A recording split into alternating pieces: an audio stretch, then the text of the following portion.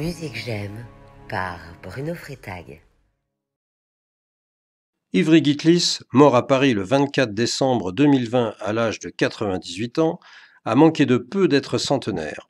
Né à Haïfa en 1922 de parents d'origine russe, il fait de tels progrès dès qu'il se saisit d'un violon, à 4 ans, qu'il est envoyé à Paris, où il obtient un premier prix du conservatoire à 13 ans.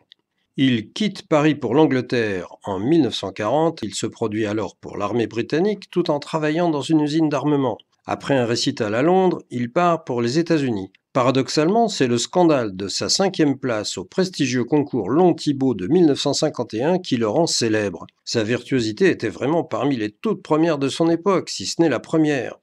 Sa carrière le propulse alors dans tous les pays, mais c'est à Paris qu'il réside le plus régulièrement. C'était vraiment une figure atypique du monde du violon.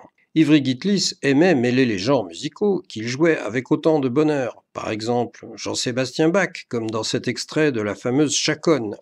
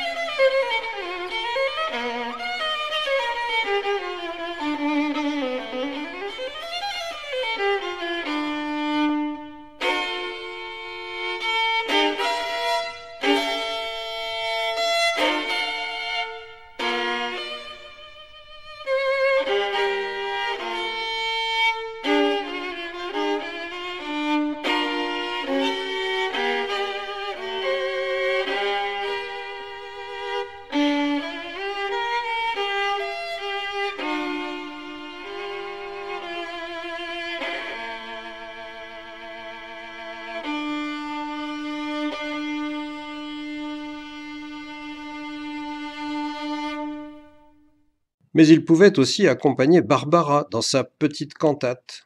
Une petite cantate du fond des toits, c'est quand t'es maladroit, monte vers toi. Une petite cantate comme nous jouions autrefois, seule je la joue maladroite, similare et sol do fa. Cette petite cantate fa sol do fa. Son amour de la musique et sa générosité l'ont amené dans les villages, les usines, les prisons, ou même au front pour Tzahal pendant la guerre en Israël. En 1982, aux côtés d'Isaac Stern, Yitzhak Perlman, Pinchas Zuckerman et Shlomo Mintz, Ivry Gitlis célèbre le 100e anniversaire de la naissance de Bronislaw Huberman, fondateur de l'Orchestre Philharmonique d'Israël, sous le nom d'Orchestre Philharmonique de Palestine à ses débuts. En 2006, il a enfin autorisé la publication de son interprétation des Caprices pour violon de Paganini, enregistrée 30 ans plus tôt et dont voici un extrait.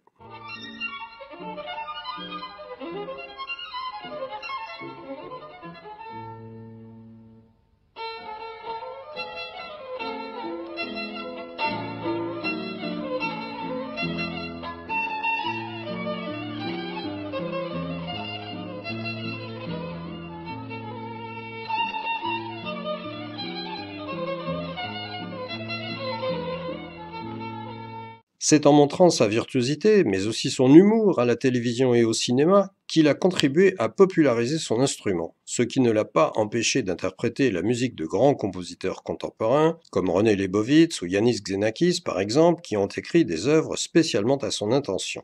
Et pour terminer sur encore un peu de virtuosité, voici la fin du rondo capriccioso de Camille Saint-Saëns.